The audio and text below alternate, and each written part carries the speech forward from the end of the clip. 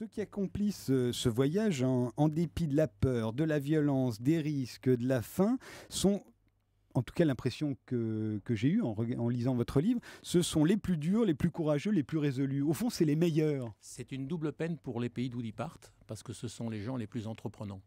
C'est ceux qui pourraient entreprendre dans leur pays, mais effectivement, pour traverser un désert, pour s'entasser sur un bateau, pour débarquer, pour ne pas avoir de papier, pour chercher du travail, ils ont toutes les qualités des meilleurs, effectivement, et de l'entrepreneur, quoi, de gens qui sans doute, c'est pour ça que quand on les voit débarquer, on regarde ce qu'ils sont, alors qu'on devrait regarder ce qu'ils vont devenir. Bien évidemment, c'est une chance, c'est une force. Bien évidemment, c'est des gens qui ont une volonté, une soif d'apprendre, une soif d'entreprendre, une soif de créer.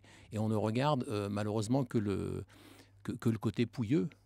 C'est la misère qui nous fait peur. Mais moi-même, je suis issu d'une famille arménienne. Ma grand-mère est arrivée pouilleuse dans un camp de réfugiés en 1927. Sa famille a travaillé, créé, fait de l'emploi.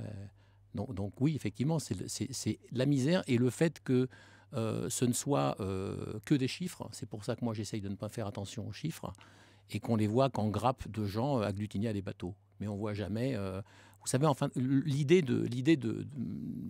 début de l'idée de ce roman m'est venu parce que j'étais un jour en train de filmer pendant le génocide rwandais des gens qui se réfugiaient, des colonnes de réfugiés.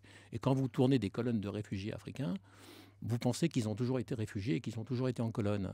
Et quand vous tournez à l'aveugle sans comprendre la langue, vous tournez et ensuite vous traduisez. Et quand on est rentré, j'étais avec une famille, je pensais que c'était des gens qui avaient l'habitude d'avoir subi les famines. Et en fin de compte, ce qui se disait, c'est est-ce qu'on a bien pris le cartable du petit? Comment on va faire? Il va louper l'école.